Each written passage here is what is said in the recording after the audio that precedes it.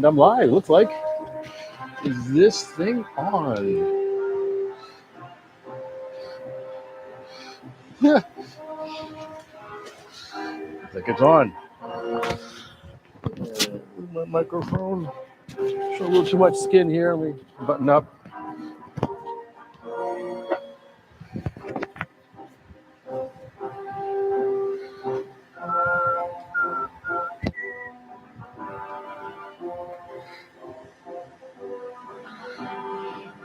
One person.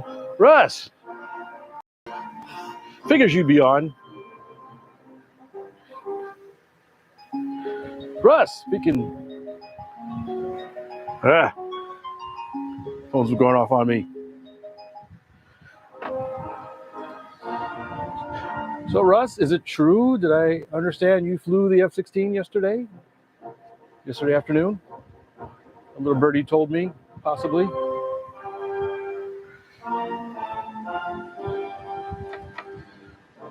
Oleg! Nice to see you, too. Nice to see your text. A few minutes for people to join in. I'm curious to see how many people join on this sort of American holiday. All right. Is this word correct or backwards? Let me know. It's correct on my screen, but sometimes it's backwards from the camera.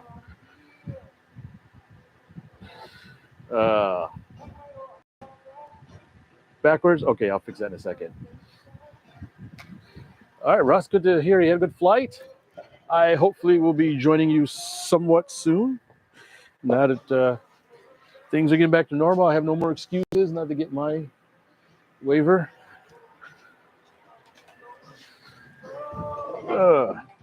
Okay, how about now? See, now it's backwards on my screen. Crazy Dog Glass. Live long and prosper. Peace and long life. It's the only logical thing. Not backwards. Thank you, more RC Madness. All right. So that's the weird things you got to deal with on dealing with cameras and YouTube and whatever crap. And I realized my background just looks terrible. It's cluttered. Yeah, I actually spent some time yesterday cleaning up a little bit. Of course, I'm cleaning up the spots you can't see. And the spots you can see, I didn't really touch all that much. So I just realized, man, this camera sees a lot of junk. But I wanted a kind of a wide view, and it looks like it might be slightly out of focus. Camera has an autofocus, but it never seems to work all that great. Now, the important thing is, let me turn this music off a little bit. How is the quality of the video stream? Please tell me, how's the quality? Because things have changed. No shout out for Ray Falk. Hey, Ray. All right, so I'm getting dragged in the chat here. Let me say hello to people here. I think it's already said Roleg and Russell. More RC Madness. No, less RC Madness. Hello. Crazy Dog Glass. Okay, that's interesting. Ray Falk. Hello, TD Maker 85. Tony Hewitt. Anybody else? Okay, so this is people in there. Hey, it's really good. Great. Looks great. People are saying the video stream looks great. There's a reason why it looks great, because I've got upgrades. I've upgraded the Wi-Fi in the garage. I did two things. I got a new router in the house, an Asus router that, since I'm an anime geek fan, one of those, it's a Gundam themed router, but there's more than that. I got it because it's a, what they call it? They call it the AI mesh. It's a mesh compatible router. And then I bought a second router, a much cheaper one, that's also compatible with the mesh from Asus. And so I set up what they call a mesh network. So between the house and my workshop, which is not quite in the house, and my tests seem to indicate that I have a much better data throughput. And so now, hopefully, when I do these live shows, it's not pixelated. This looks like Minecraft. So that's why I kind of wanted to test it out. I haven't really publicly tested it yet. So this is the very first test of my mesh network, and I'm hoping it looks good. I'm going to hit my secret focus rod here, see if the focus. It's hard to do it. So I need you guys to tell me that my the signal looks good, because I can't tell. There we go. Focus. Works perfectly. All right. Yes, because the important thing is the upstream. So now I have an actual 5G connection, a solid 5G connection through a mesh network. And so, all right. So I'm really happy about that. Oh, this thing's not working well. So I've also done a couple other upgrades, and I was going to show this to you, but it's not working quite well. Let me give it a minute. Yeah, I'm holding something in my hand. Yes, I was going to show it to you. But anyways, I have a thermostat in my hand, and something happened to it. I'm not sure what's going on with it. And at 5 years. Yeah, I know. I'm older than I look. Oops. So yeah, now I don't have the makeup of bad connection. You know, they talked about that when HDTV came out. They're saying, yeah, when HDTV comes out with all high definition, all your favorite actors and newscasters are going to look bad or look worse, because now you can see all the wrinkles and stuff on them. So, but anyways, so I have a thermostat that I have here. Problem is, I put it outside for a little bit to see what the temperature was outside to get a metric, and it still hasn't quite calibrated. So I also added, if you don't know, people ask me, where are you?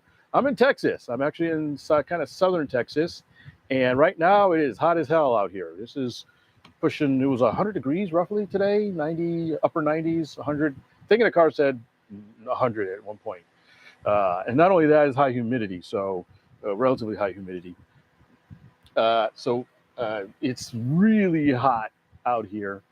And normally at 3 o'clock on a hot day, I'm not in this workshop. I'm nowhere near this damn workshop because the little podunk air conditioner I had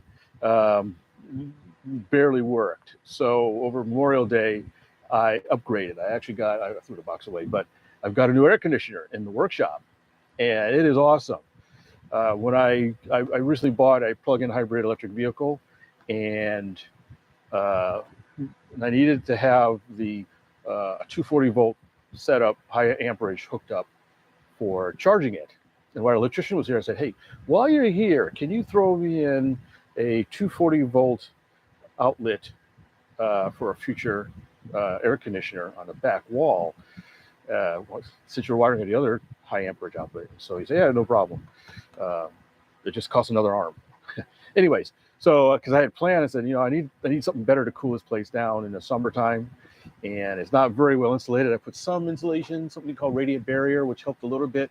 So over the Memorial Day weekend, I whipped out the large saws and stuff and cut a hole in the back wall and stuck in an air conditioner, 24,000 BTU, 240 volt air conditioner.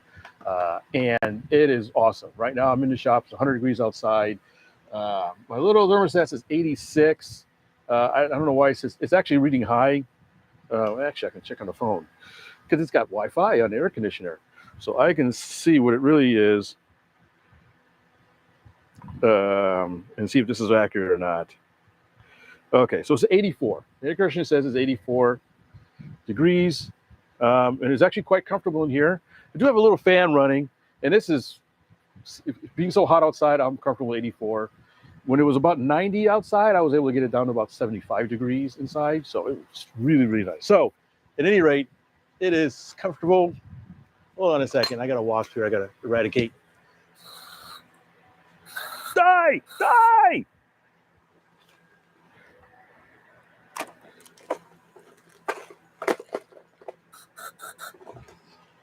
Okay, sorry. being in the garage, every once in a while, a wasp or a whatchamacallit, mud dauber or whatever gets in. I don't know. It's a garage. There's all kinds of holes in here somewhere. Which one way is hard to keep it cool. So, anyways, he's been neutralized. Machine gun noise. Die fiend. All right. Anyways, I got a nice flying wasp killer. I don't know. If you know no good way to get rid of those buggers, let me know.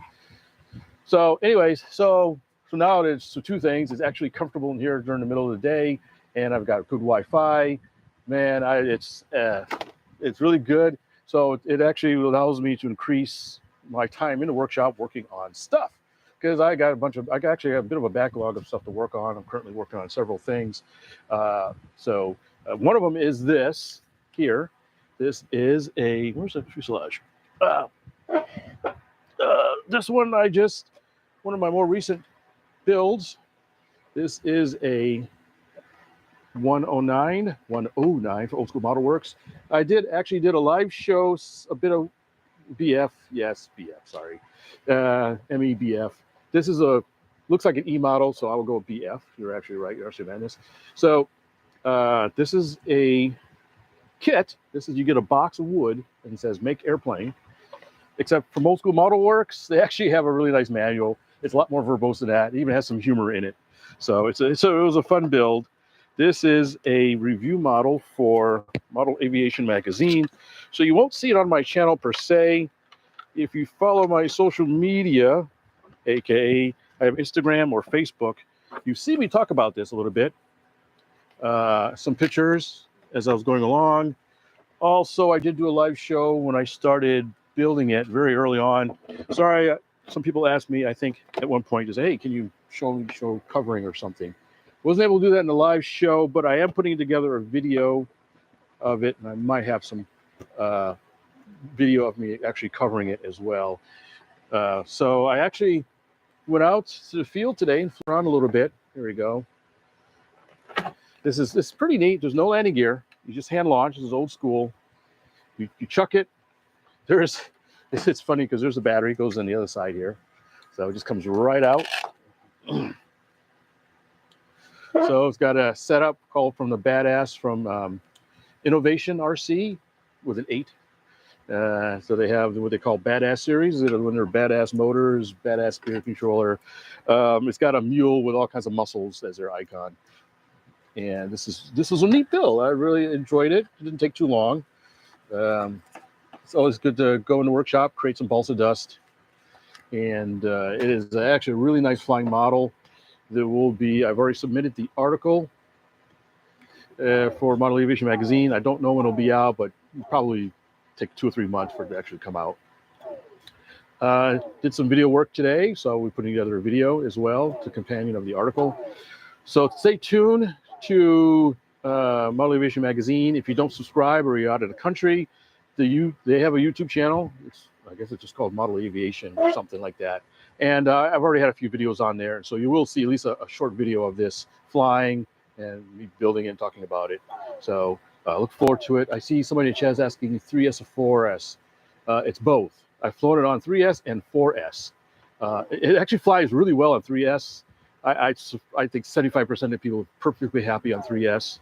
I put a 4S in it and I changed the pitch a little bit. It is a bit faster on 4S, but it wasn't world breaking. Either one is fine, depending on whatever you have. If you really want to tear up the skies, put a 4S in it and don't change the prop much, and you'll have a lot of fun.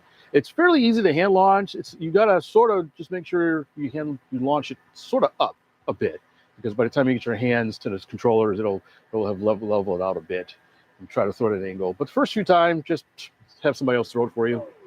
But I've thrown it overhand like this and underhand by holding the fuselage. I actually like underhand for some weird reason.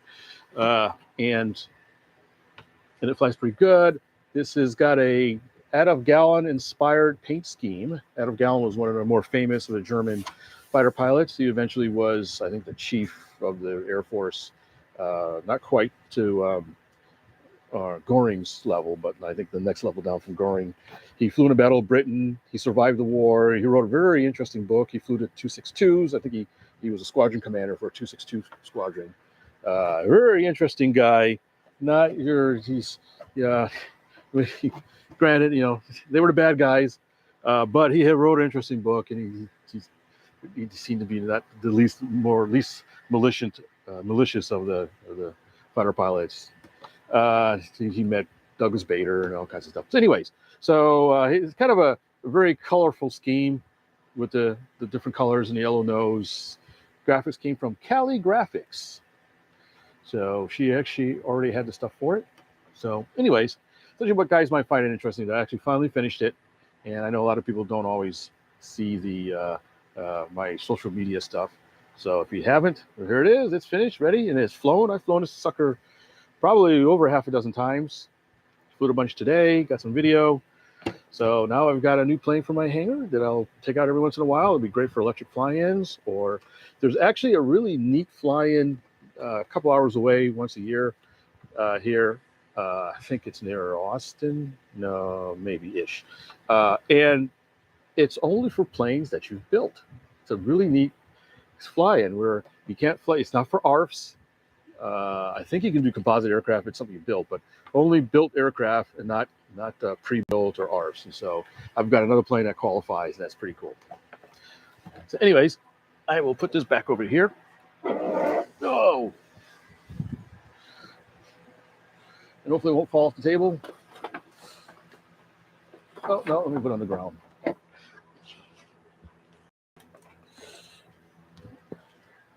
Make sure I don't use the other wing bolt. Oh. All right, so I saw a bunch of stuff in the chat. Let me go through. PETA would be protesting. Hey, PETA's for animals, not insects. Servo protectors? No, I don't need any servo protectors on the bottom. I've seen it do okay, but it's not a bad idea. Let's see. Thinking of RC again after 3 fails, crashing. Shout out to Lee. Yeah, Lee, my buddy Lee is at the AMA complex. He had this week was Camp AMA which is where they have kids go up to AMA and camp out. It's literally a camp for they build and fly airplanes. It's a lot of fun. It apparently had pretty good attendance this year, and some relatively decent weather. So I think he's on his way back now. And if you listen to the RC Roundtable, do I have a sticker? I think I ran out of stickers. So if you don't know, I have a podcast. Put in the chat.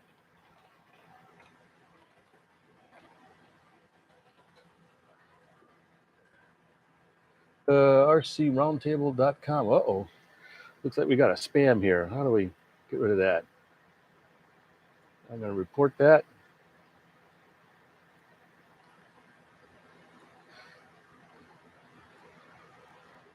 All right. Sorry about that. That's the first time I've ever had that.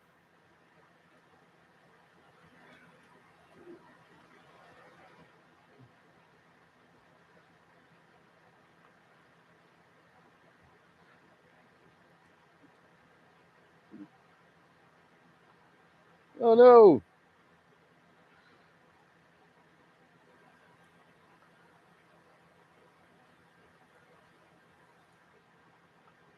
There's a bunch of them. Move.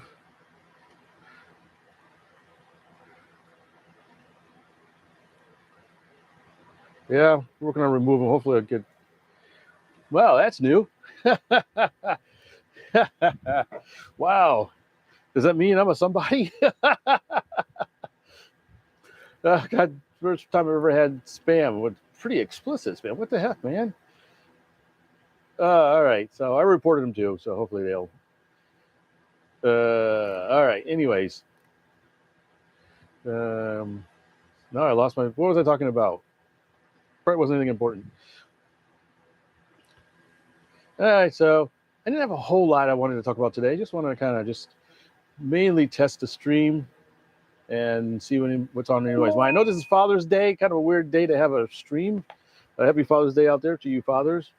I talked to my dad earlier today. We don't live in the same state, so it's a phone call. Maybe people are eating or doing stuff with their father, but hey, it's all experimentation. Sticker. Oh, yeah. Did I put it in the chat? No, I didn't. That's what I got distracted. So did I spell it right? All right. So I have a podcast, rcroundtable.com. We do shows, audio podcasts every couple of weeks. And we'll talk about things like Camp AMA, things we've done. I went to a fly-in. I'll talk about that. So it's myself and two other gentlemen. So if you've never listened to our podcast, please go to the website. You can subscribe on Podbean, iTunes.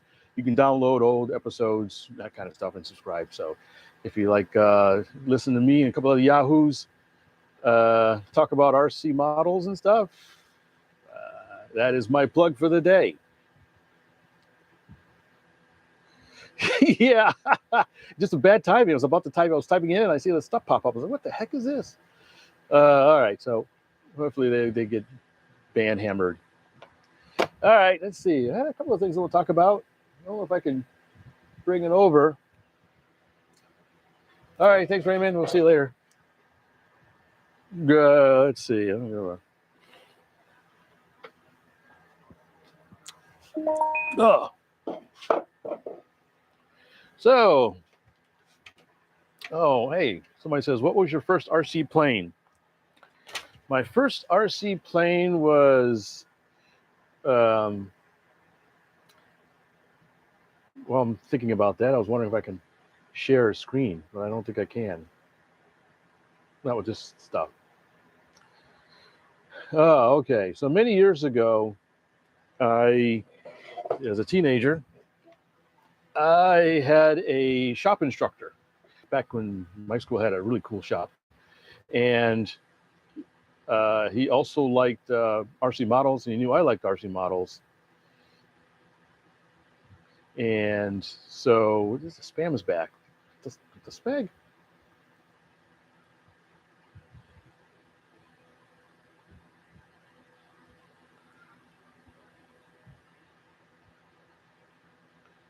Okay.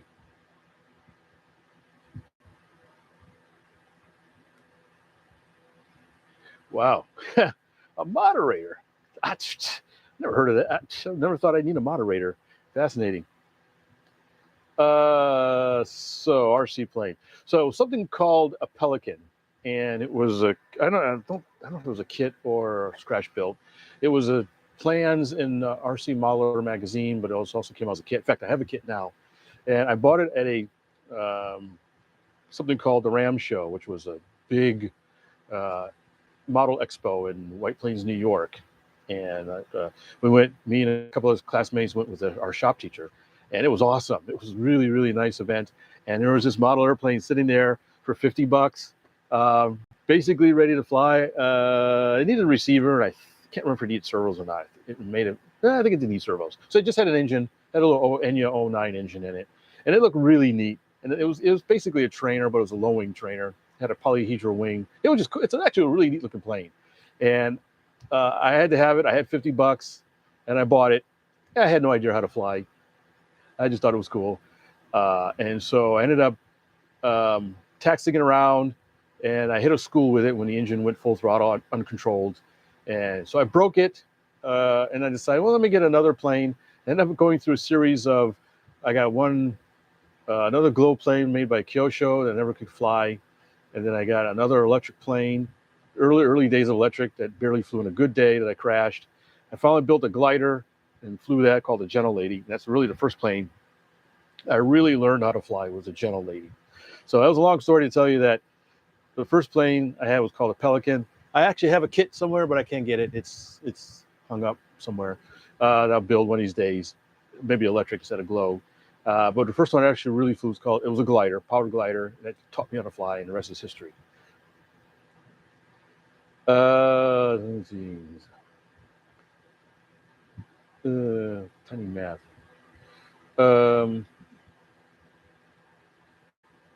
Take someone's been here a lot, make them a moderator. All right, that's something I'll consider. I don't know who's on here a lot. Seems like every time I have a live show, it's a different group of people. So I have a few common. Well, Russ has been on here a lot. You know, make him Russ a moderator. He always sees a pop in. He's a local yokel. All right, I'll look into that. Maybe next time. Add moderator. Okay, I'll look at that. If it becomes a problem, maybe I'll deputize somebody as a moderator. Okay, Mehdi. Anyways, I was going to go on to something else. Oh, yeah. I'll bring it over. If you have been, oh, I left the little charger on. If you've been watching the channel for a while, this will look very familiar to you. Let me go grab. I'm picking it up at the moment. I'm out of camera. Oh, this thing's heavy. I'm not going to hold on to it too long. You guys remember this? Yeah, this is the Seagull Models Gilmore Red from Legend Hobbies. This is one of my dual reviews. It'll be in an issue of Model Airplane News. And also this one will be on my channel. You've already seen the build video of it.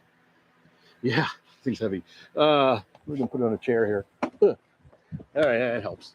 Get a stool here. So you've seen the build video of this, and just some things, life got in the way, and I never was able to get a flight video of it. I got some air shots, stills, but not video. And today, I finally got out and got some video of it. So in the very near term, I should have a air video, flight video of this. Just this big 30s era racer on the channel at some point in not too distant future. So I'm sorry it took me this long to actually get up and flying, but there's just several different complications that got in the way of me getting out and getting video. So finally I got it. It'll be interesting because it got knocked around a little bit, and you'll see what happens. So that's great, but I was able to get it out. I might actually go out and fly it one more time just to check something. There's a tweak or two I wanted to make, and so if I have time, I'll try to fly it out again. But otherwise, it would. Spoiler alert: it flies actually very nice. It's a big mother. It's got this huge cowl on it that totally just soaks up the engine. The engine's in there completely. I didn't have to cut the cowl or anything. And it doesn't have very big wings. So it's got all kinds of struts and guide wires and stuff. It's a very, very distinct model to fly in the air.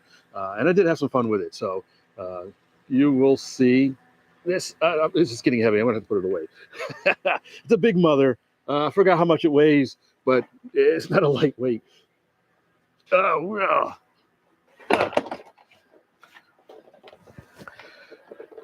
stick it on my table here. Thought I saw a couple of things in the chat here. Oh, thanks. Yeah, if you haven't seen the build video, check on the YouTube channel, HobbyView. You will see me assembling it and putting engine in and stuff. So check that out. You can look in the video history. It's not that far back, maybe about 6 months back or so. So normally I don't have that big a gap between the build video and the flight video, but just the past few months of just lots of stuff have gotten in the way of really me having a normal workflow, as you can see. These are planes that you had to go down to see when you were going. Okay, I don't know. We're back in a bunker. Okay, looks like some people were misunderstanding themselves in the chat. How does a red line fly? It flies pretty good. You need to add a bunch of weight, who knows, to get the CG right, which is not unusual, but a big radial engine on it. It's not a plane that you really jerk around, so to speak. It's a nice, smooth flying plane. It's a racer, but it's aerobatic. I did loops and rolls and inverted flying and stall turns and that kind of stuff with it, snap rolls. It's nice, but it's not. It's very smooth on the controls. Landing takes a little bit of technique, and I'm still kind of playing with the landing technique. But you have to keep the power in. Big cowl and stuff actually adds a bit of drag, so it'll slow down faster than you think. So it's definitely a plane you got to fly into landing. You can't just kind of just cut the throttle and stall it in. It's really not a good technique.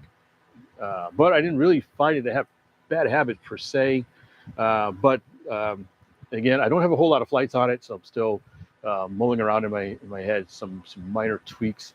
I did notice today it seemed to have a little bit of thrust pitch coupling that I'm going to try giving a little bit of, I forgot what it was, down thrust? Up thrust? I'll look at it. Up thrust. But it's not a handful to fly. It's actually a pretty smooth flying aircraft. So I'd recommend it. It's really nice if a grass field. It's a great plane for flying off the grass. And the 35cc engine on it is pretty good power. I think they recommend 30. Is it 35cc? Yeah, the RCGF engine in there. I think they recommend even a lower. No, I would go less than 35cc on it. But you'll see in the video. You will see. You cussed at a number. Okay. So, anyways. All right, now play nice in the chat. We're all friends here. We're all modelers.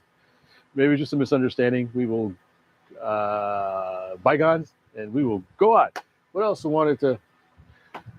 So there's a plane I'm actively working on now that will also be a subject of a video, and I'll grab a piece of it. Somehow I get all these big planes. I think I mentioned it before. I'm working on a Hangar 9 60cc Corsair. Unfortunately, this is no longer available. This is, I'm building it for a local modeler, so it's not mine. Just somebody asked if I would be willing to do this. And I said, yeah, okay, that sounds interesting. Just get as long as I get the video it and fly it. And they said, no problem. So this is really nice. It's a big mother, and it's got a nice set of rotating retracts like this. And they're air retracts. I'm not the biggest fan of air retracts, but it's not my model, so I just have to shut up about it. But hopefully they'll work nice. I got a neat little actuator. Hopefully that'll work well. And I just locked them in. And so it's neat. It's the whole centerpiece is fiberglass. The outer panels are wood and covered, but they've got a nice fiberglass piece. Right now, this is something I hadn't intended to be working on this long, but this is really a builder's project. It's quote unquote an ARF, but if you really want to do it well and nicely, it's going to take you some time. And I've had some not issues, just things that you got to go, okay, how am I going to do this? Because especially with these gear doors, and I finally got them to the point where I like them. And it took some Dremel foo and some thinking and some routering and all kinds of stuff to get these doors the way I wanted them. And the manual is kind of vague. There's some pictures, and you got to go by the pictures. And there's different options with the doors. There's like a low budget way where you just have a cover and a hole for the wheel, but that's not very scale-like. But they do give you some nice doors, and I had to get some offset hinges, and I'll talk about the whole door thing as well. It was a whole rigmarole just to get these doors. But now I've gotten them in. These are actually just kind of temporarily mounted. I got to really go in and screw them down and stuff. But I finally got to where I like them. And so that was most of the battle. I got the other door I'm going to stick on here, and I had to get some pieces. It was just one of those things that for an ARF, I was surprised how much fabrication you had to do to get it right. So this is definitely a little bit of a builder's section on it. But so hopefully we get this done. It's gonna have a neat engine in it. And I want to get these big planes.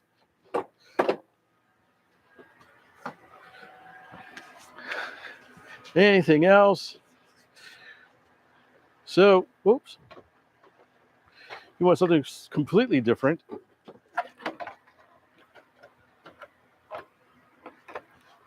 How about an RC car? This is a Tamiya Audi Quattro Rally. I always like the Audi Quattro Rallies. I like the looks of them. picture looks a little bit washed out, doesn't it? So this is a all-wheel drive car. And it's you have to build it, but it didn't take too long to put together. I always like building Tamiya cars. And I'm not a huge car person. I don't really race or anything, but certain things I always really liked. And I always wanted a Tamiya Audi Quattro. They actually had an Audi Quattro back in the 80s. It was really way off scale, but it was such a neat looking vehicle. And then they came out with a new version with what they call a TT02 chassis, which I understand is a common chassis that they use. I'm not sure if it's racing or not, but it's just a easy to build common chassis with a bunch of upgrades available and the different bodies you can get on it. And when I saw that, I saw it came with an Audi Quattro, the old 80s styles, and it was actually a really inexpensive model for what you get. It doesn't come with ball bearings. I added a ball bearing kit to it, and I did add a brushless motor kit to it. A motor, that is, which is nice though. It comes with the speed controller that's already designed for brushed or brushless. It's a dual use speed controller. So all you do is just throw in a brushless motor and away you go. And I took it to the beach yesterday. Me and the family went out to the beach and we had some fun, and I brought this. So I was driving around in the dirt. You can see some pictures and video on my Instagram page. Just a quick video of me driving around. It was a lot of fun. I did think I need a little more clearance. I'm going to see about tweaking. I've got some shocks. It just comes with regular spring. They're not even shocks. They're just spring absorbers. And as you can see, they actually barely work. I wasn't all that impressed with the suspension stock. So I was at the hobby shop the other day and I said, hey, can you get me some oil-filled shocks for the Tamiya TTO chassis? And so I have some on order. Hopefully they're adjustable spring, what do you call it? Adjustable force springs on them, so I can force the suspension down a little better, give me a little more clearance, because these really don't do it all that well. And it's cool. The all dry came in real handy on the sand, and something fell off. Yeah, so I had a lot of fun with it. So I thought one of those things I've been kicking around in the workshop for a while. It's great to finally get out and get on the beach. What was neat about it is I didn't have to paint all these colors. These are all decals. The only thing I painted was the white.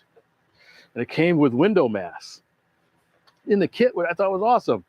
So I didn't have to cut out a mask. Well, I had to cut it out, but it was already pre-cut, pre-measured, pre-marked. So if you like dabble with RC cars, this is pretty nice. And I actually got a different body for it too, for something else if I wanted. And I ran it off of a 2S 5000 smart pack. I didn't even run the battery down. I must have ran this thing easily half an hour driving it around, 20 minutes at least. And the battery still has a charge in it. It's just amazing when I think about it. When I first started playing with RC cars as a kid, we had NiCads, 1200 milliamp hour NiCads, 6-cell, 7.2 volt. If you ran for about 10, 12 minutes, it was about all you can get out of it. And it was fun, but that was it. Now we've got lithium or even nickel metal hydrides that give you 5,000, 6,000 milliamp hours. You can run the thing for 40 minutes if you're not racing. And it's just absolutely amazing without a weight penalty. And these is actually a very light pack. It's in a hard case.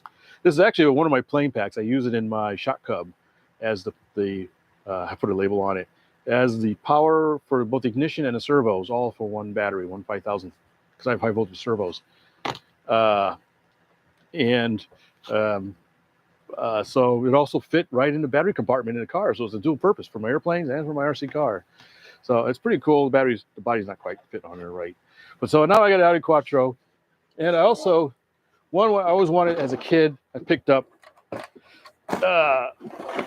is a Wild Willie as well. I took this to the beach too. This is actually Wild Willie version 2. This is not the original Wild Willie. This is a version that now has independent suspension on the back. I saw an original Wild Willie and I noticed it had just a straight shaft in the back and a few other minor differences. So I wasn't too picky. This is another one I put together some time ago, I think a couple of Christmases ago. Mostly paint. I got to put his arms on. This is a fun little thing. This is not very fast. This is pretty slow, but it's got a great clearance. It's got vague steering, but it does wheelies. It was just kind of fun to drive on the beach and had no problem going through I don't go through the water, but no problem going through the sand. It's just the best thing was I was driving on the beach, and you can drive on the beach here where I live. And I was driving around, and another guy in a regular Jeep comes by, and he just gives me the thumbs up because he sees a little Jeep. He goes, "Yay!" So, anyways, so I had a nice weekend of some diversions before getting back to the rigmarole of not rigmarole. That probably sounds bad. To working on airplanes.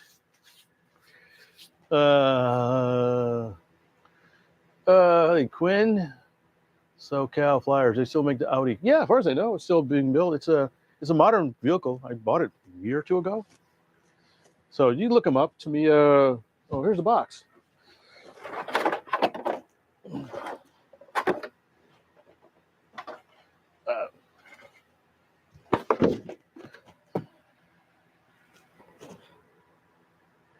So is this Audi Quattro Rally A2 TT02 chassis?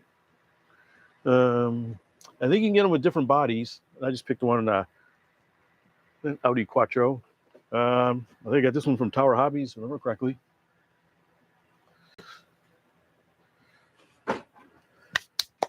All right. I think the spammer came back. All right. Jake. Hey, Jake. You used to have the real thing? I used to have the real thing, two-wheel drive version. Oh, cool. Well, something went flying. The shock cub in the back looks so massive. Yes, it's a pretty big plane. It's got a 100-inch wingspan or something like that. It's pretty big. I flew it a couple of months ago for an event at a club to tow a flag, of all things. So it's a pretty big model. You can just kind of barely see it there hanging down. You can also see my Val, Japanese Val as well. A few planes, bits and pieces of stuff hanging around. Thunder and lightning there. It needs to be painted. You can see, yes, the wheels of my Moraine Saulnier. Well, I got new wheels for it too. I got to put on. It's things I got to get around to. There was another thing. Oh.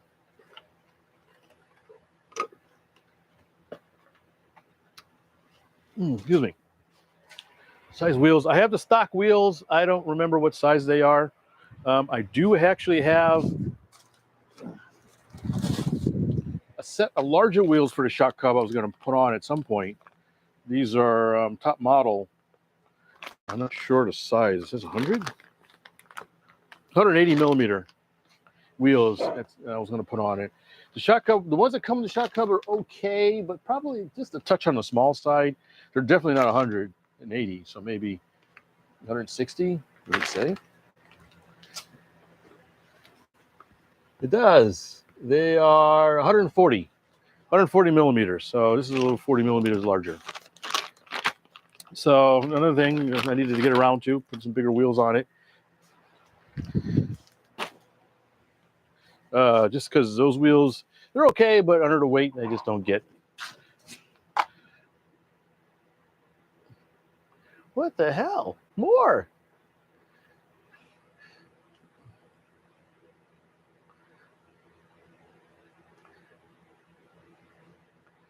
I can't put an 8-inch on it. Give me 1 second to remove these spam.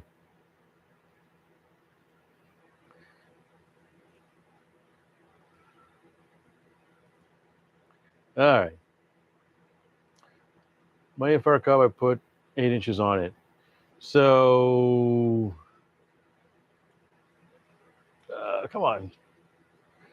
My mouse is not working right. I was going to do a quick calculation.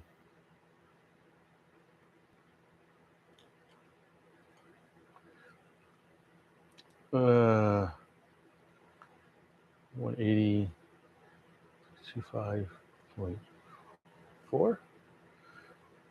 Oh, okay. So those 180s are actually about 7 inches. So wow, 8 inches are huge. Wow, what's currently on it is, let's see, 140, divided by, I have a calculator pulled up on the screen. Oh,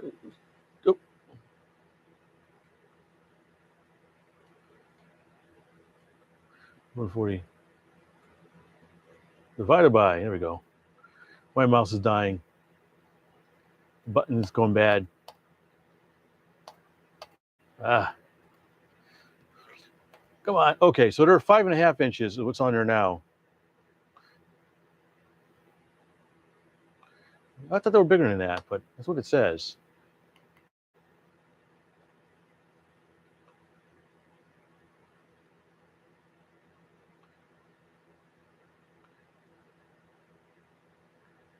Man, I'm bad. I must be somebody.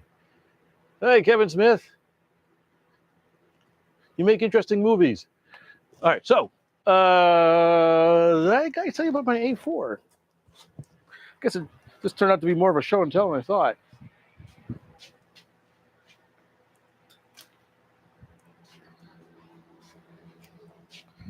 Oh, I'll go grab it.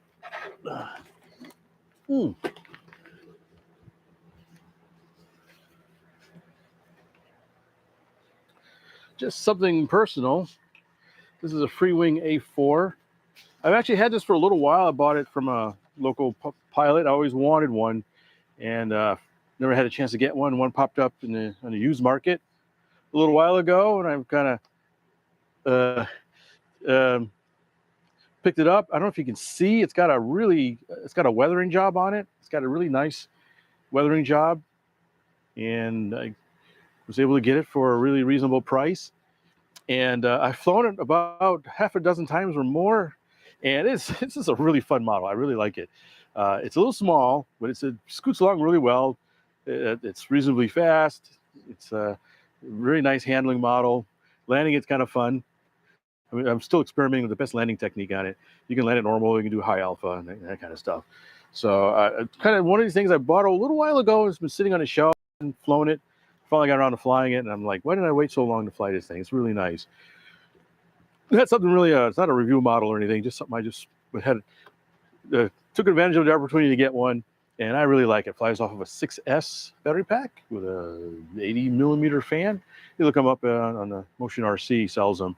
But it's neat. One of the neat things is you can fly with or without the hump. It just keeps on by a magnet. So if you want the clean look without the avionics hump, or you can keep it on. The only kind of clunky thing is you need to take the hump off to take the canopy off. But that's just the way it is. It's not a big deal. It's just held on by magnets.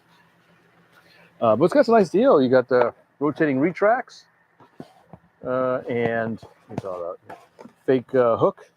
I kind of wish they had doors, a gear door on the nose. It's just an open slot. I thought that was a little bit cheesy, so to speak. But it's a really, really nice flying model. If you're into EDFs, they did a good job with this one. I like it a lot.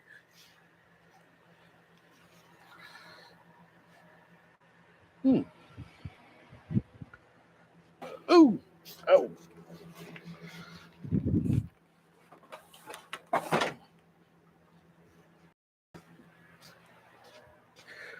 All right, well, I can't say that I have much more that I was going to discuss. Oops. I know it's Father's Day, and I know there's not going to be a whole lot of people going around having time to be watching stupid YouTube videos of me when they have just things you can do with your dad and your family. Let's see. All right, let's see. What the chat has here? I think I'm going to 6. 8 looks too big. Yeah, I think the 8 is probably too big. Yep. Yeah, sorry, Kevin Smith. You probably get that a lot. SoCal, of all our models you have built, which one has been your favorite to build? Oh, I have no idea. I hate to play favorites. They're all pretty nice. Yeah, I don't know. I want to punt on that. I haven't even thought about it. All the arse, what was my favorite? I'm just kind of thinking. because there's two things, like there's your favorite subject and maybe, or your favorite art that's just the way it pulls together, or its features or something like that. So I'm looking around thinking, or maybe it's one I don't have anymore. I don't know. Some I like because they just came out really neat. Like I built them a I don't know, one of the things I uh, thought of was I had a Freewing Mirage that I painted up to look like a Kafir, and I added fake canards to it and stuff, and it just came out really neat. And so I just had a lot of fun doing that. And I don't have it anymore. I ended up selling it because I just didn't fly that much. But it was just a neat looking, and I had just always liked the paint scheme. So it's not my favorite per se of any flying ability. It's just what I did with it. I 3D printed a tail cone for it that I designed, and added an LED ring. It was just something that was neat that I was able to just experiment with paint schemes and 3D printing and that kind of stuff. And I've done it now with my A10. I got my Freewing A10 hanging up that's almost ready. I kind of did the same thing. That was pretty cool, just to give it a customized paint scheme, 3D print parts for it. Just have fun with the whole design and model of it. Not necessarily because of anything they did, the company did, just the fun I had with it. And then, of course, Martin has the opposite. It was the worst you've flown in the last 5 years. Oh, wow.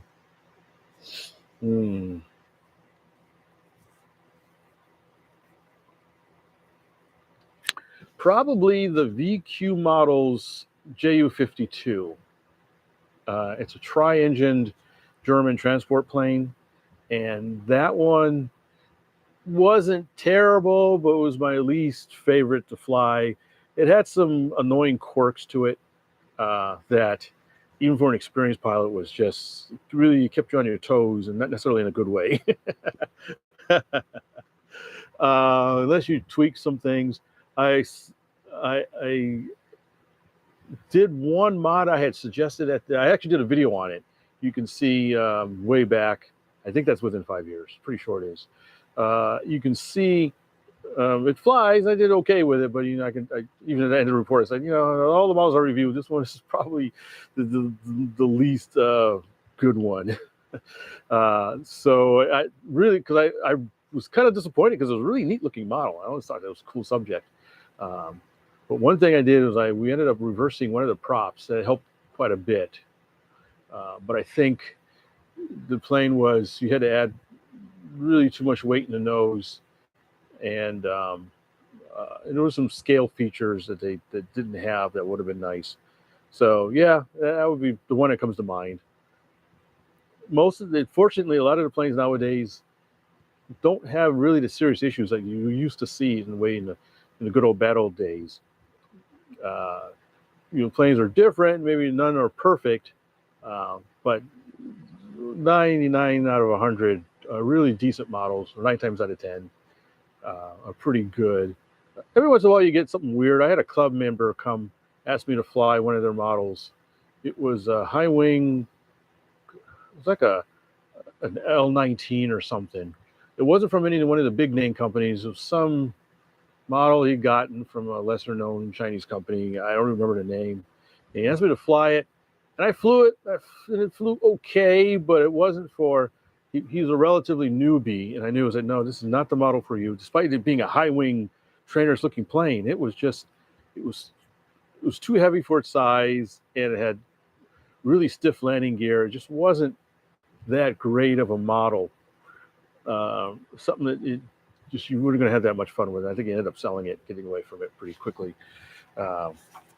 So yeah, you've got some other things to watch out for. There's a spam again. All right, so I got a few people to chat. I didn't expect to be a lot of people today. It's an odd hour, and American holiday, probably a little late. Anybody other questions, you guys? Christian Dog Glass. Oh, thanks, Crazy. I really appreciate it. You're an RC hobbyist, like your videos. Thank you.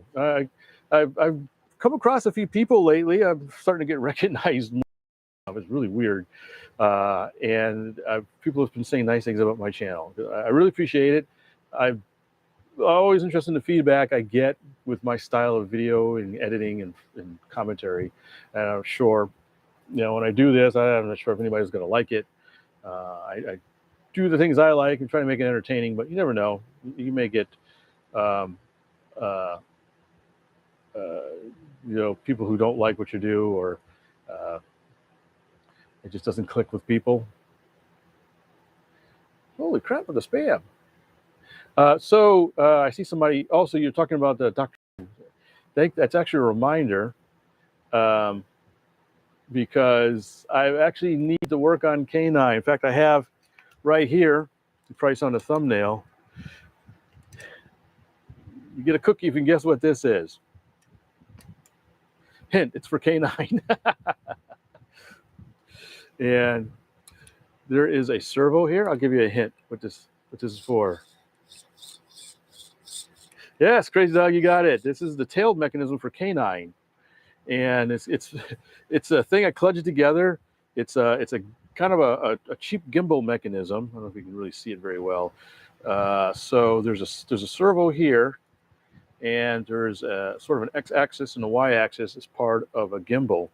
And this is, I'm trying to remember what this was. Oh, this was one of those telescoping magnet things. It had on the tip, it had a magnet, so you could use it to pick up stuff. And so I peeled off the magnet part, and I had a little loop, screw-in loop, and I screwed in the base part.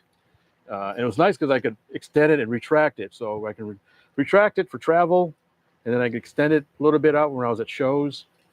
But the problem is, here is the other servo. And normally, this servo is supposed to be mounted like this. And it's not anymore because the metal fatigued and broke off. So I need to fabricate another part of the gimbal so I can mount the servo back up. So now the tail only moves in one direction, and it's kind of flippy floppy in the other direction because the servo's missing. So this is a lot of fun. The problem is the metal I used was a little thin. I actually should have used a thicker metal, but I was being lazy and I didn't want to bend a thick metal. And you get a lot of kids that play with it, especially young kids. You get a little toddler, somebody comes up, and the first thing he does is he grabs the tail. And what I did is I actually have, I don't know if you can see it, you probably can't. There's a servo on one axis. So I did that so the tail and not really jerk the servos or break any gears. But I never did it for the other axis. I got lazy. I only had one servo saver. And one of those things I said, I'll get around to it, and never got around to it. And now it's snapped off. And so when I rebuild this piece, in fact, I got a piece of metal here already with a piece I got to cut out for the K9 tail mount. So when I rebuild it, I'm going to put servo savers on both sides and bolt the mechanism back up. There is a comic convention coming up here in my area of town soon. And so the group I go with asked me about having K9 ready to go again. I was like, oh yeah, I remember K9. He's got some other issues too. I turned him on about a month ago, and the voice box wasn't working. So I got to hunt down why he can't talk anymore. But at least the radio control portion should still work. I got to double check everything out. It's been, we haven't really had much for comic conventions due to why. So thanks again for that, Crazy Dog. I appreciate it. K9 is not forgotten. He's not in the workshop. He's somewhere else. But I got to get working on him. Maybe I'll at least peck on this over the holiday. Cut some stuff out. Bend some metal. Let's see what else. What's your trade, if I can ask? Martin. So my trade is I'm an engineer. I'm engineer by trade, so to speak, or by study. I worked in the aerospace industry. I'm not necessarily an aerospace engineer, but I do stuff that's related to aerospace stuff, more on the computer and electronic side.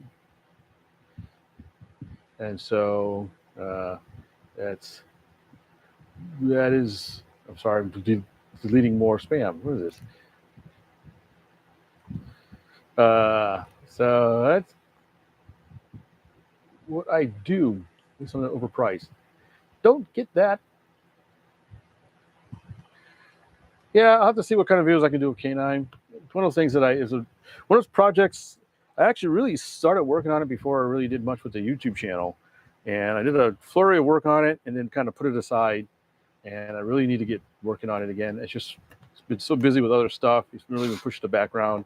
I actually had a lot planned for K9. I didn't really talk about it much, but I actually had a little notebook and stuff, and all kinds of stuff that I had planned for electronics, for sensors. It really, my goal was more of a computer sensor platform that looked like K9, not really a K9 prop that had extra stuff. I wanted them to be really, really functional in all kinds of neat ways, but that takes time and effort and things. And I got more busy with the channel than I ever thought I would be, and so it just ended up being something I put on a back bench. And every once in a while, I got some sensors. I got some. There was a Kickstarter that had some sort of artificial intelligent optical sensors package or something I picked up for K9, but it's still in the box. I've never touched it. Now there's some new. I want to get a little. Sorry if this is. I know you're not really RC plane related, but K9 has. If you've seen the videos, he's got a bunch of Arduinos inside, and those Arduinos do different things. But for something that quickly came up to the power and limitations of the Arduinos, and nowadays these new things called ESP32s are out that supposedly are very compatible with Arduino programming. And so I may, in fact, start converting them over to ESP32s, which are a smaller package. I can't remember the power usage, but it's not a big deal. But it allowed me to do some things, have some more power and abilities. So one of those things, maybe I'll get to when I get some time off or on holiday or something. Anyways, if you wonder what we're talking about, it's a Doctor Who thing. I have some videos on my channel for his robot companion called K9, and you can look up some videos. I visited the 8-bit guy. If you're familiar with him, I brought my K9 to his place, and we had a nice little outing. You can check his channel. Do a search, Doctor Who K9, 8-bit guy, David. He was real generous, and then we had a lot of fun with that. When I was with him, I went over that was back when he was working, and so you can see all the features I implemented at the time with him, and I had a lot of fun. All right, so I've been going about an hour. I know this is Father's Day. Kind of like give a summary of things to work on. I got some still. This way, yeah. Hey, thermostat's down to 82, which is nice. 30% humidity, 39%.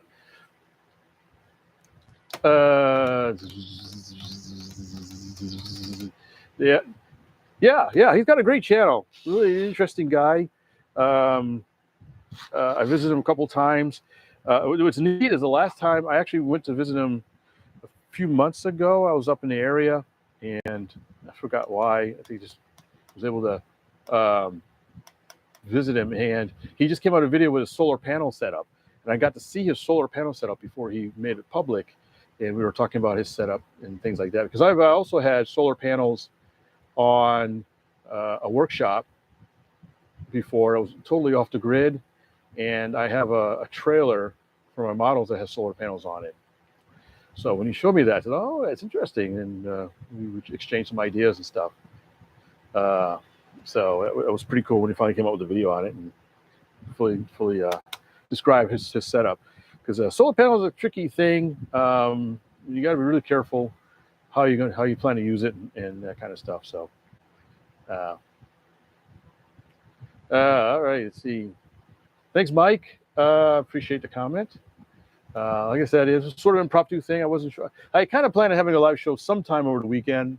I was at one point going to do it yesterday, and I just didn't get a chance. I got busy with flying and family stuff. Ironically, I have more time today, which is more of a family day.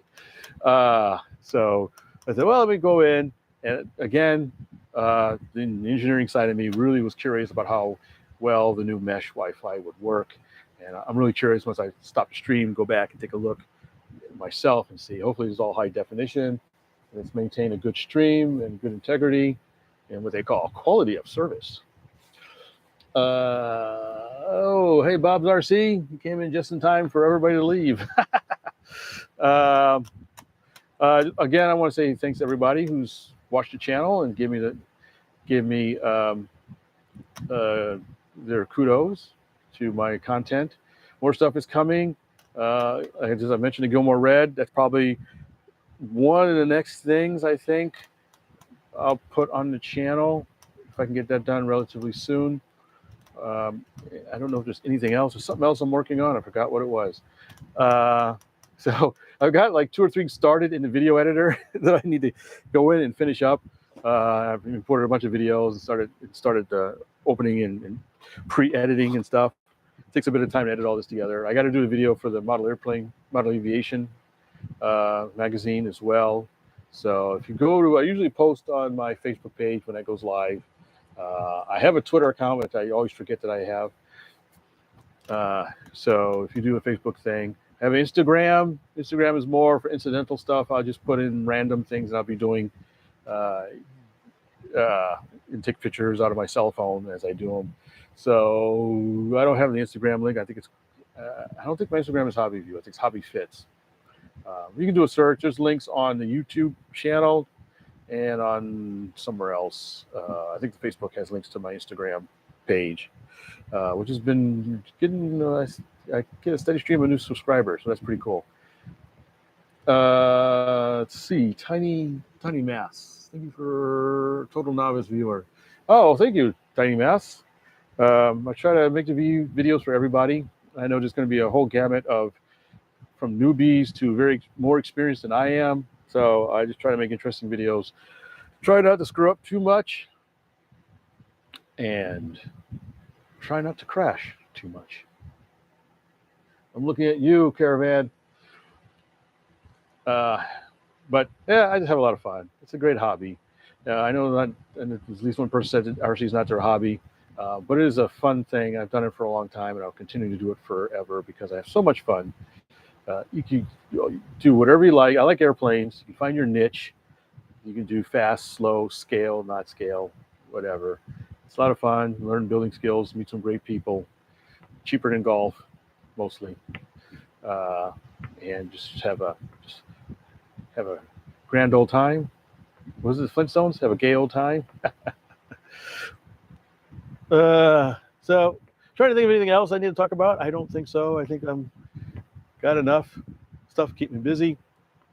I do have yet another plane too, actually. I just remembered. I'm not going to say what it is, but I'm looking at the box right now.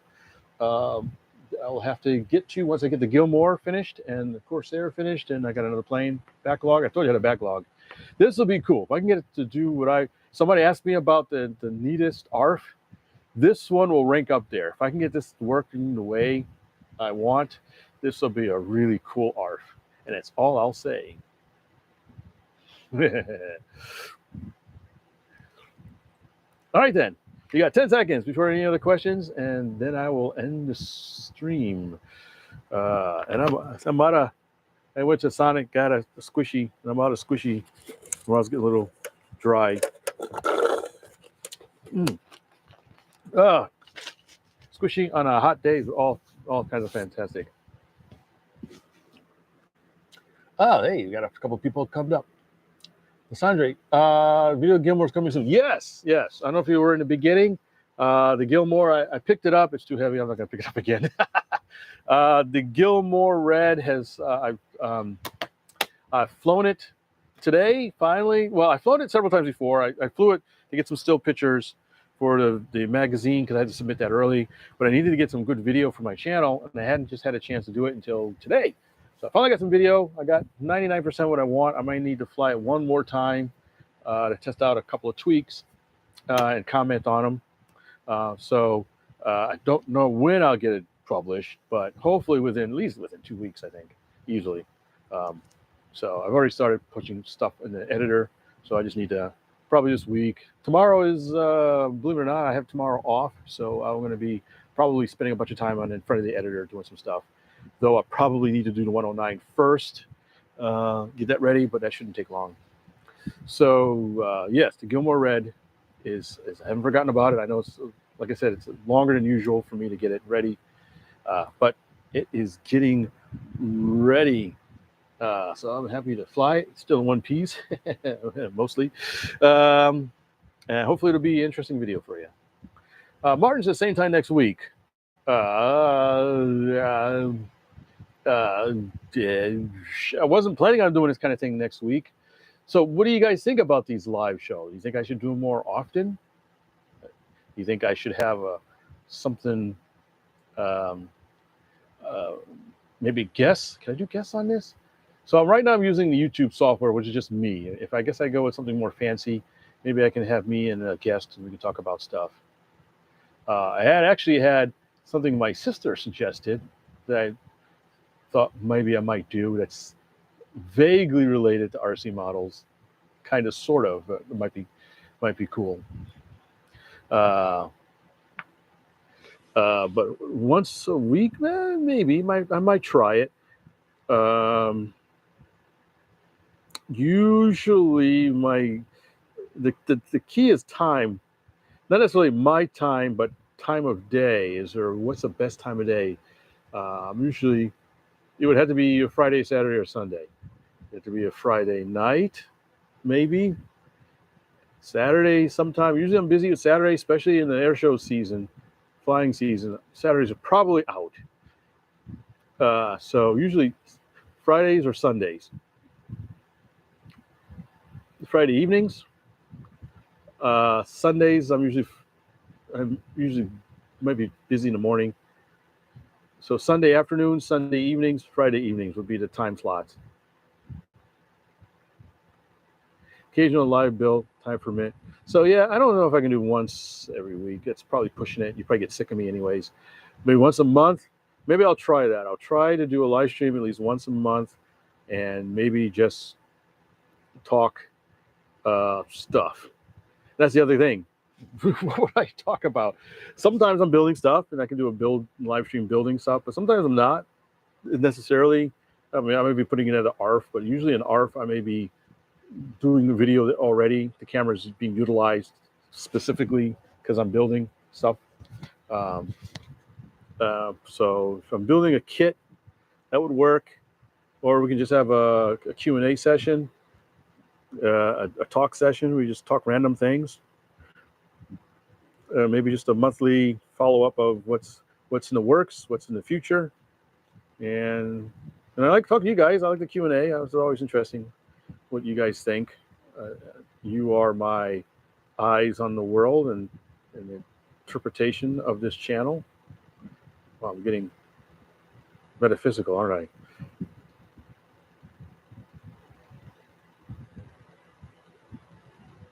No, I haven't frozen. Deep in thought. All right, well, you've given me something to think about. I see tons of subject matter behind you. That is a double-edged sword. So I do have quite a few unfinished projects I've started, projects I haven't started. I could talk about those. I have thought about, I'm not getting any younger, so I need to really start concentrating on getting some of my back burner projects done, worked on. I have a workbench, extra workbench space now, so I probably should maybe pick a subject, maybe a month, if I don't have time for that. Actually, I thought of having a video diary of sorts or something that was going to be called Finish It. You know, like when you play Mortal Kombat, finish them. This would be Finish It, and I would pick a model and finish it that I had started or abandoned or a new one or something like that. And the goal was to finish it. I didn't think of anything past me. I didn't have a time limit or anything like that, but something that's been hanging around, I need to either finish it or get rid of it. And so, yeah, you're right. There's tons of subject matter. There's pieces of planes. There's stuff you're probably looking at, don't even realize what it is. There's pieces of a fuselage. There's some Gillows kits. I think a boat down there. There's a lot of stuff in here. Every once in a while I'll go through and grab a bunch of stuff to sell off at the swap meet. The problem is when I go to the swap meets, I ended up coming back with the same amount of stuff I went with, and it's not the same stuff.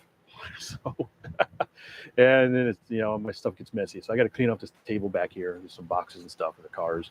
You can see pieces of a helicopter that I've been working on forever. Alessandre, did you surrender the FPV Orca? No, I did not. Actually, that's a good point. You bring that up. Thank you. The Orca is not surrendered. In fact, I was contacted by the Orca designers that said, hey, we've got version 2 of the Orca, and we addressed some issues that you were having and some other people. And so there should be, if you want to give it another try, we have an updated version. So I actually do plan on printing out another Orca. In fact, I was going to make some changes. Pretty much came to the conclusion that the CG was still too far back on it, and that was causing it to diverge in flight and depart. So I ended up picking, I got to find what I did with it. I think I was at, when I was at Joe Nall, I found a nice little drone motor that was a bit lighter weight than the motor I had in there. So I picked that up for the Orca, and I was actually just for the regular Orca. I picked that up, and then maybe a week or two later, the company says, hey, we got version 2. I was like, oh, perfect, because I just picked up a new motor for the Orca that was hopefully make it easier for the CG, because it would be neat being FPV on a little flying wing thing. So I just need to spend the time to get that thing together. It's not a high priority at the moment. Some of you do. I got a couple models I really need to finish and get out the door. But the Orca is not dead. That's a good point. Maybe over the next couple of days, I'll start printing out the pieces for it, at least. So I'll have it ready. Thank you for the reminder. I think I will do that. I actually had wiped the dust off my 3D printer and started printing up some stuff. So now that it's up and running and going again, I may just do that. I still got some of that. Oh yeah, one of the things that the new Orca is they optimize it for LWPLA. So I printed the original one at LWPLA, at least parts of it, and it looked okay. But you can tell a couple piece spots are a little flippy floppy. So still got a bunch of the LWPLA from eSun. So if you look at my channels, I think eSun, I don't know if they have any discounts anymore or not. I have to double check. But I still have a bunch of LWPLA, and I might do a hybrid of LWPLA and PLA Plus, depending on what part. So that will be pretty neat to get that running again. So yeah, I think for that, maybe I'll start printing out some pieces. And I keep forgetting with 3D printer, you go over there and you click print, and then you walk away. So at least I'll have the pieces ready for when I get ready to assemble them and stuff. So I'll make a note of that. Let's see, Mini X Goat, Galloping Ghost. So Captain RD says his first RC radio was a Min X. I'm not sure what a Min X is, but I know what a Galloping Ghost is, and that's really, really old. Wow. Yeah, as I was thinking, as I was getting ready to wrap things up, you asked me about my first years in RC. Okay, I can wax lyrical about that a little bit.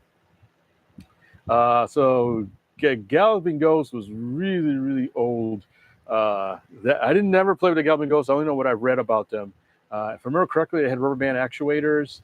They were basically, was that the ones that vibrated? If I remember correctly, they would kind of vibrate, and to turn one way, it'd vibrate more in one direction. To turn the other direction, the rudder would vibrate a little more in the other direction. So no, so those didn't have the rubber band actuators. Basically, very crude radio. Is a wiggle and waggle, yes. So yes, yeah. This is the 1960s. Like I said, this is very old. They didn't have. I doubt you had more than one channel as far as frequency allocations, right? These things were not super heterodyne receivers. So yeah, it goes way, way back.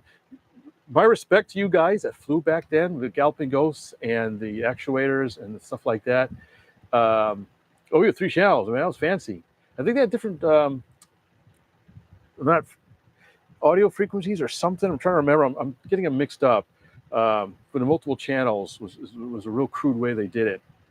But the things you guys flew back then with these barely radio control systems, my hat's off to you. If I had a hat, I'd take it off. But that's really fantastic to hear about that. Every once in a while, I've seen some of that stuff, and I just marvel. You get a box with all these bunch of transistors and diodes and receivers. Or I remember looking at some old Gillows plans, and it would show the receiver, and you can see the vacuum tube in the receiver. Like, oh my God.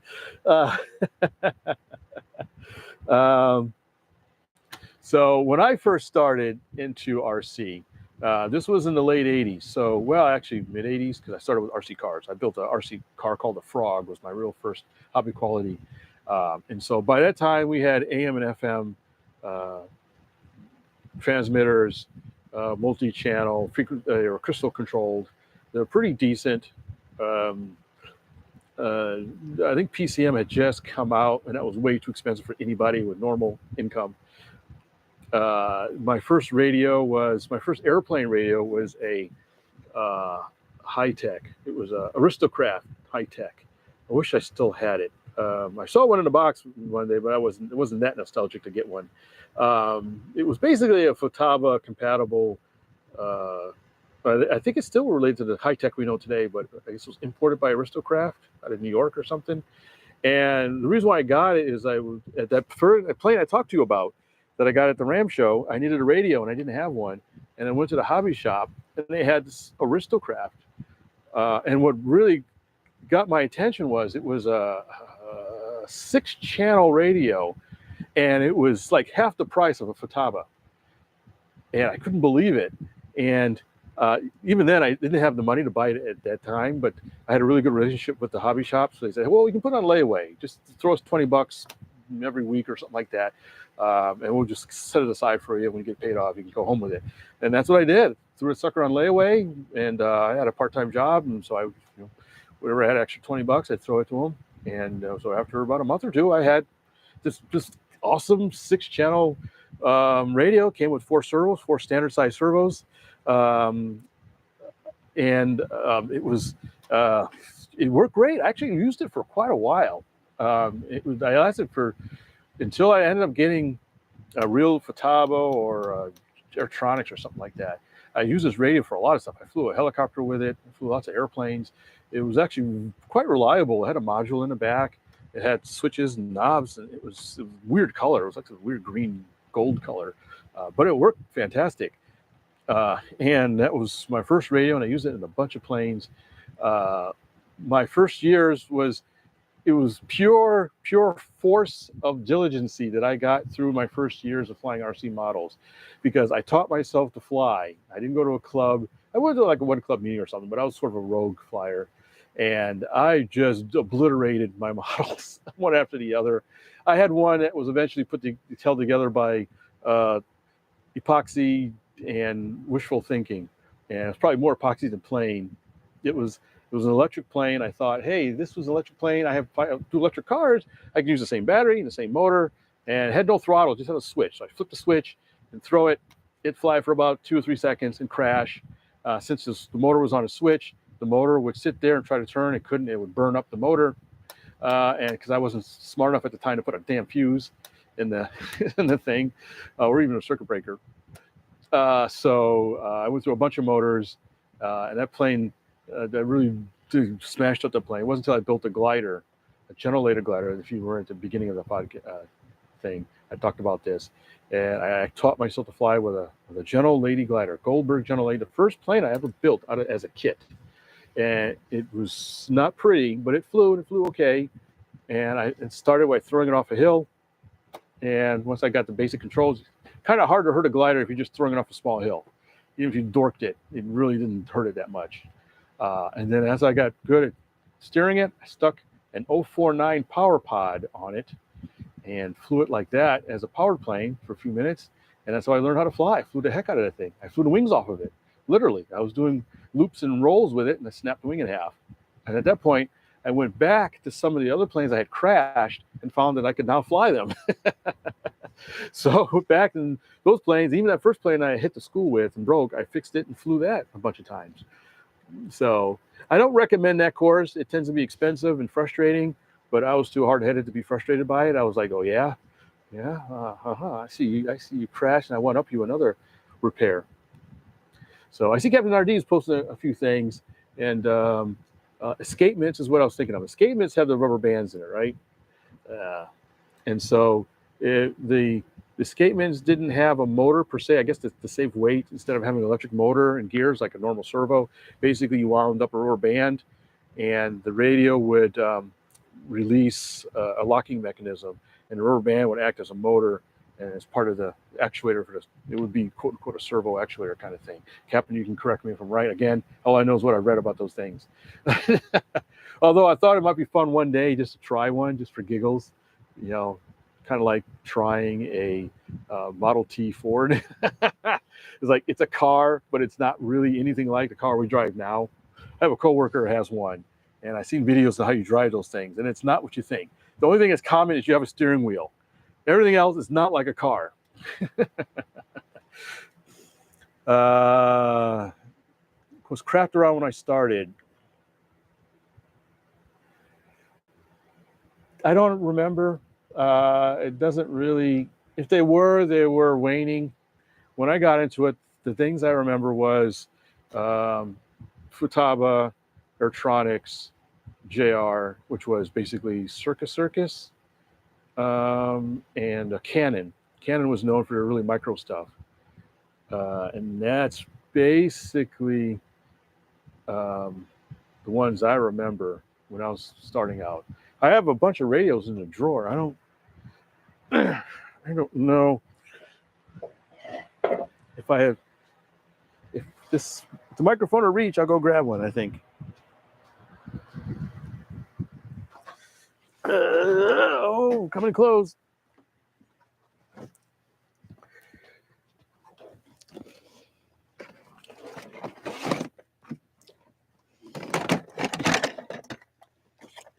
Yes, okay, yeah, I got a couple things here. I wish I could find my old there's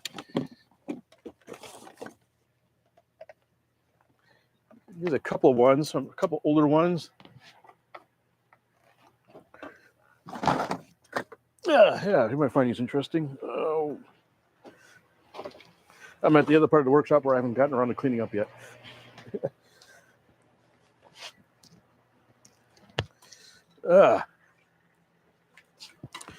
All right, some radios from the past. You might find these interesting if you're new to the hobby. First one is probably one of the oldest ones I have. This is an old Airtronics. They call it SR series. This is an interesting radio. It's kind of cool. So this is, I think it's AM. It's not even FM, I think. Yeah, here's a channel number on here. This is 4 or 5 channel, 4 channel. So this is a basic 4 channel radio. And so this was very common back in the 80s. You've got your throttle, your rudder, elevator, and aileron. You got some trims on the bottom. Your switch, is a little power meter, which is kind of cool. And that's pretty much it. You got a trainer switch. And it's interesting because there's a trainer port on the front for like a 5-pin DIN connector or something like that. And this is no model memory. I don't think it even has servo. Well, it might have servo reversing. I'll show that in a second. So if you wanted to fly multiple models, what I did was I actually marked the trims depending on the model. Of course, that's only good for 1 or 2 models, or 2 or 3 models. And so I could fly multiple aircraft with it. So this is really, but this was pretty common. This is inexpensive.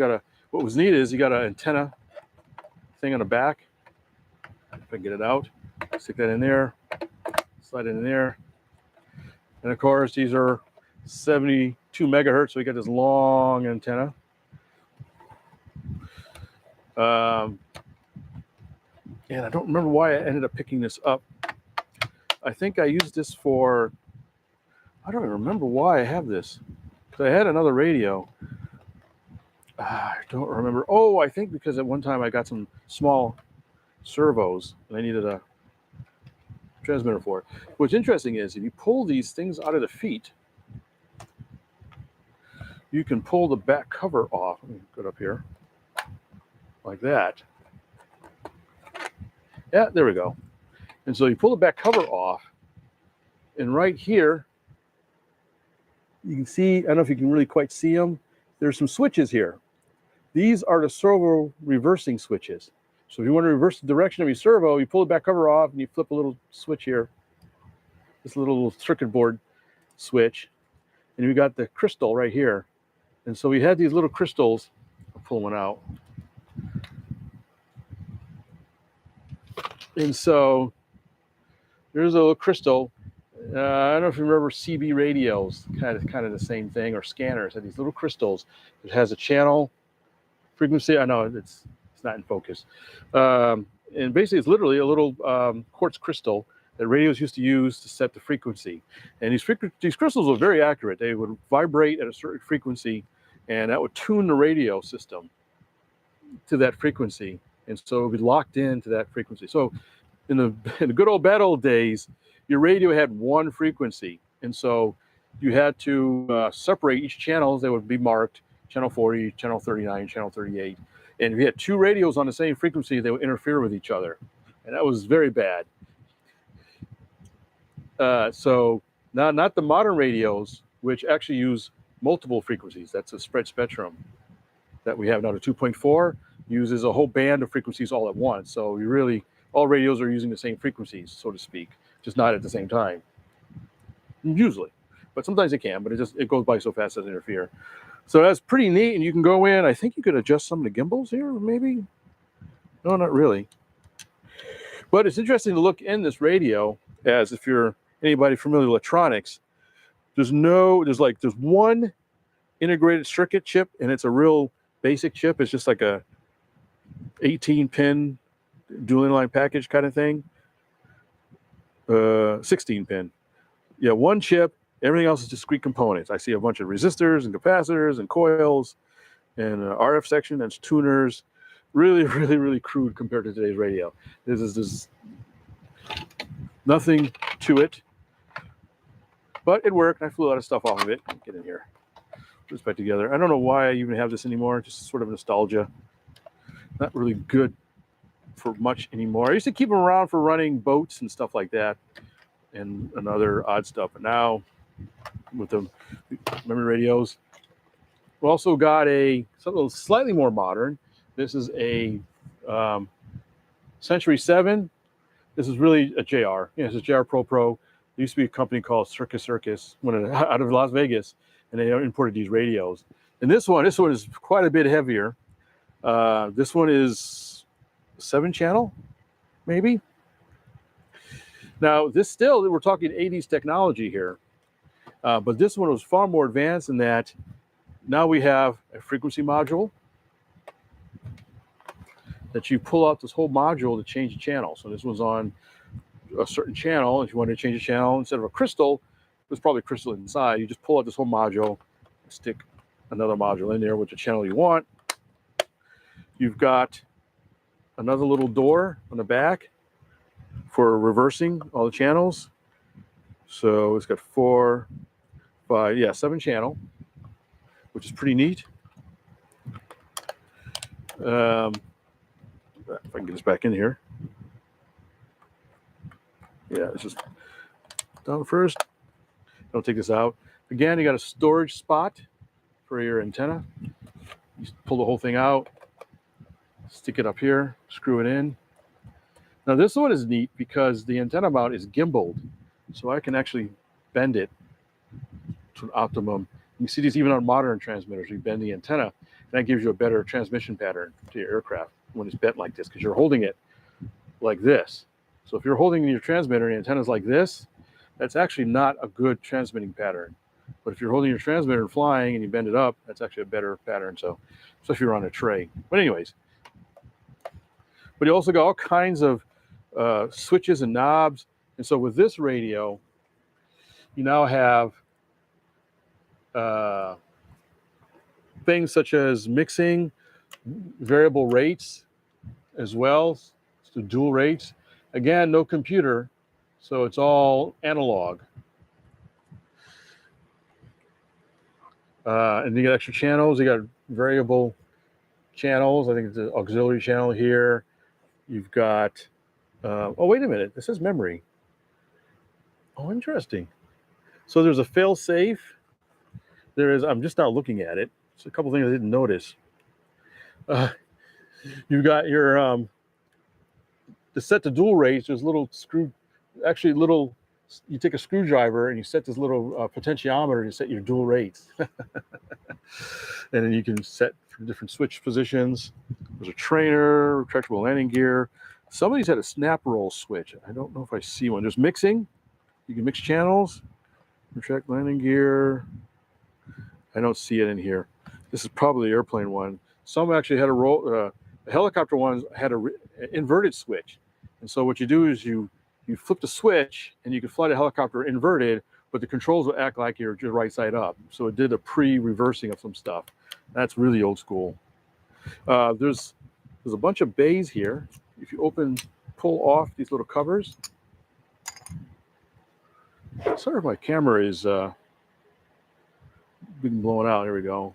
Pull off these little doors, and there's more adjustments under here.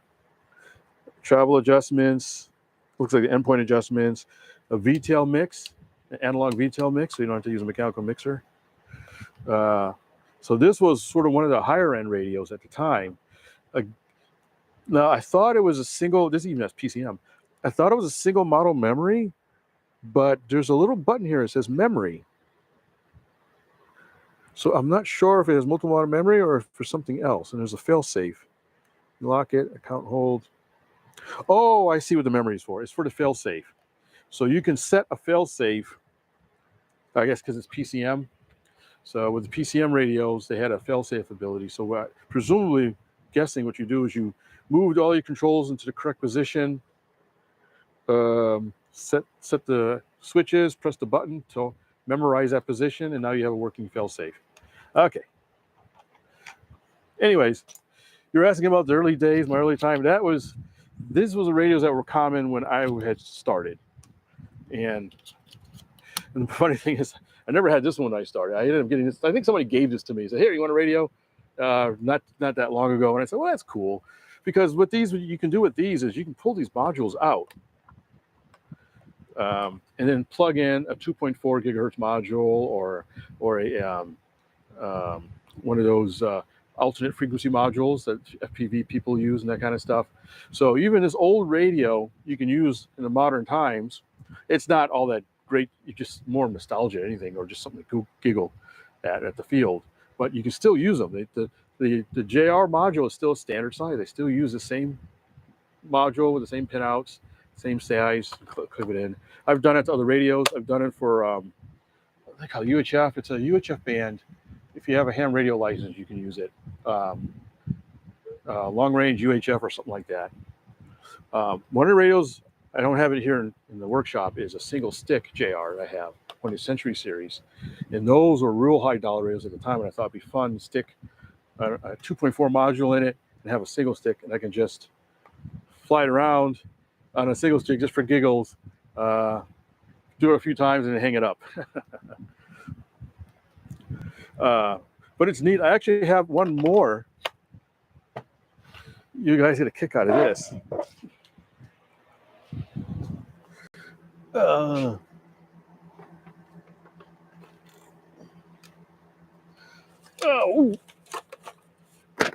we go.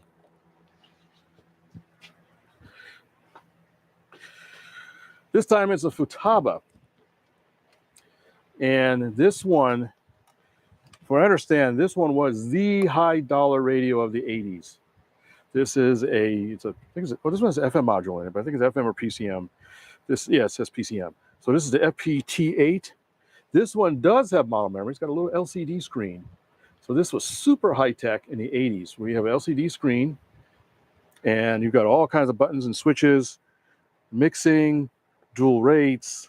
Oh, here, it's got the snap roll button. Here you go. So there's a momentary switch, and you'd set it up so all you do is flip the switch and the plane will do a snap roll. It's self-returning, so it doesn't stay in a position. So you flip it, snap roll, let go. Why you do this, I don't know. You know, snap roll is easy to do with the sticks, but for some reason, the radio's had a snap roll button. It's just funny. All kinds of mixing. There's a little door in the back. It's always funny to open this door because, if I remember correctly, yeah, there is about a million little switches and knobs and dials and things set on the back. It's insane. There's rows of dip switches. There, I'm looking at the things. So you got all kinds of dip switches, buttons, levers and knobs, jumpers. It's like that Bugs Bunny cartoon when Bugs Bunny goes in the cockpit of a bomber and it's just a wall of dials and knobs. He's like, what the hell do I do now? It's absolutely, there's another failsafe button. Just amazing. You got some sliders on the side. Of course, there's a reason I got this radio. Yeah, my phone's bugging me. So there's something special about this radio, a cookie. Or kudos to anybody who recognizes this radio. And I'll give you one hint. It's in the lanyard, but I'll make it upside down, so make it confusing for you. Very interesting to know how the vintage electronics work for people like me. Didn't know it was very enjoyable. Oh, I'm glad you enjoyed this journey through time. And hi, Andy. So this is what the people had to deal with back in the old days, at least from when I started back in the 80s. And I forgot what these things went for, but I think this is, you know, equivalent to like $2,000 radio nowadays, and adjusting for inflation. And now it's just an old thing collecting dust. Really not all that good for much of anything. It does have a module on it again, so if I wanted to, this is a Futaba one this time, but if I wanted to use it with a 2.4, it's available. Oh, I think it's got a little stand, a little kick down stand. If you want to stick it on the ground, you can't see that. So, although this one doesn't have an antenna that you can pull out, but there is a. This was interesting. I'll pull this off. So you've got a trainer. It says charge and GSC. I think it's direct servo connector. And you also have something called an ARP, a tachometer. So it had a built-in tach out. Did I lose any audio?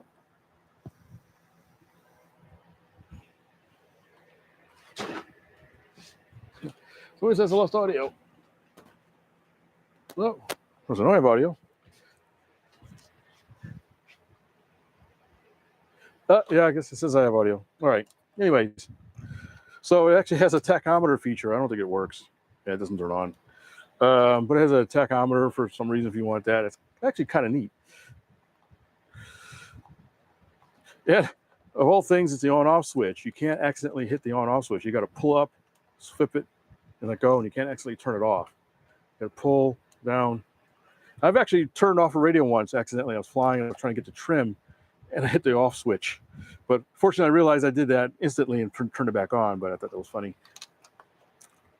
So anyway, so if you haven't guessed what this is, if you ever watch Back to the Future, this is the same model transmitter that Doc Smith used to drive his DeLorean time machine around.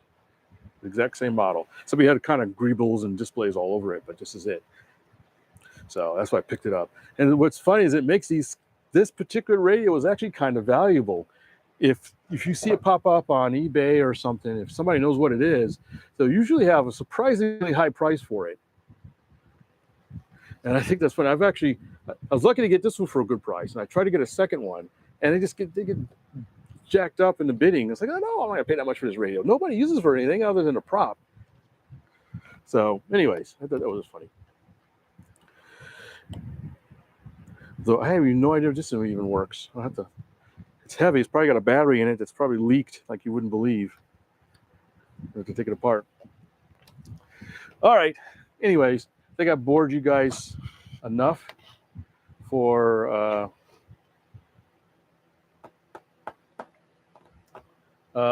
today. Push it down a half. Probably go find out some munchies. Thank everybody for joining me on this live show. Give me a chance to talk to you guys. Give you an update on projects. If you're just joining, too bad. You got to go back to the beginning and see what stuff I'm working on. I talked about that in the beginning.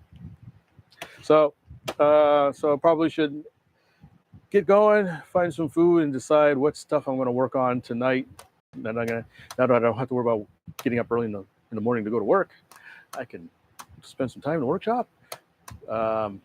It'll be deciding between working on those MFing gear doors on a Corsair or tweaking with the Gilmore Red since it's on the bench. Usually I have it hanging up, so I might take advantage of it being on the bench to tweak a couple of things while it's down.